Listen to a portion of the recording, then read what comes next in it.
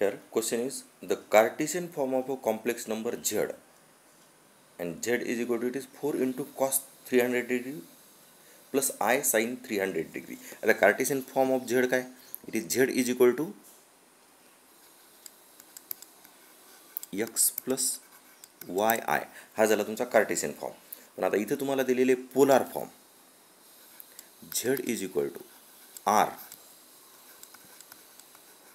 cos theta plus I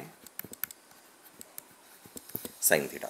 तुम्हाला हा polar form दिलेला आहे. याला x आणि y च्या फॉर्ममध्ये लिहायचे म्हणजे x is equal to r cos theta आणि y is equal to काय r sin theta. मग x is equal to r cos theta, y is equal to sin theta. Straight तुम्हाला या given polar form complex number of polar फॉर्मचं straight calculation करीत जा. लास्टला x आणि y च्या व्हॅल्यू येऊन जातील. हिअर आता काय येणार इथं z is equal to 4 cos 300 degree plus I sin 300 degree. आता cos 300 आणि sin 300 डायरेक्ट काढता येणार नाही. इथं ॲलाइड अँगल यूज करू म्हणजेच cos 2 पाय minus 60 degree plus I into आता हे साइन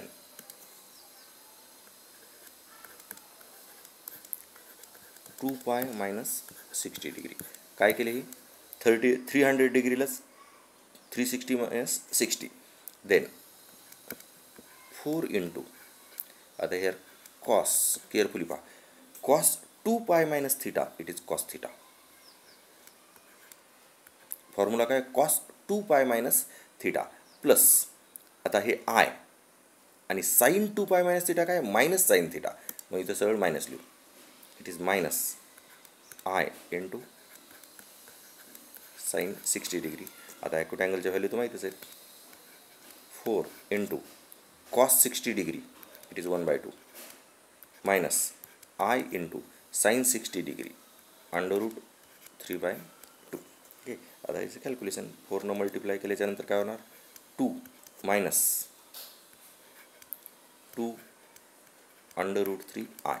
हा झाला तुमचा given complex number in a Cartesian form. हे x आणि हे काय तुमचा y म्हणजेच x is equal to r cos theta आणि y is equal to r sin theta. इथं r 4 होतं आणि थिटा 300 डिग्री म्हणजे ऑप्शन ए हे झालं तुमचा आन्सर.